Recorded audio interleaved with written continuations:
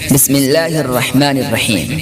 حضرت سلیمان علیہ السلام کے زمانے میں دو عورتیں تھیں، چھوٹے چھوٹے ایک جیسے بچے اٹھائے ہوئے تھیں، جنگل میں جا رہی تھیں۔ ایک بھیڑیا آیا اور اس نے اس میں سے ایک عورت کے بچے کو چھین لیا اور بھاگ گیا۔ تھوڑی دیر کے بعد اس عورت کے دل میں خیال آیا کہ یہ دوسری عورت کا بچہ میں لے لوں۔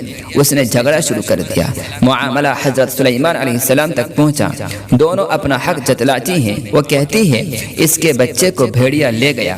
سلیمان علیہ السلام نے فرمایا چھری لاؤ، میں اس بچے کے 2 ٹکڑے کرتا ہوں اور دونوں میں آدھا آدھا تقسیم کر دیتا ہوں۔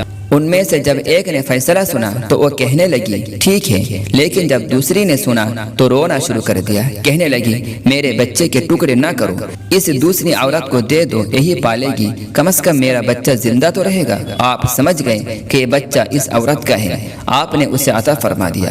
محبت کا تقاضا یہی ہے کہ محبوب کو تکلیف پہنچنے نہ پائے، اسے کانٹا چھپنے نہ پائے۔ اگر ہم نے اپنے پیارے اللہ سے محبت کا رشتہ مضبوط کر لیا تو پھر وہ کیسے گوارا کرے گا کہ ہمیں کوئی تکلیف پہنچے، خواہ دنیا میں ہو یا قبر میں، محشر میں ہو یا پل صراط پر۔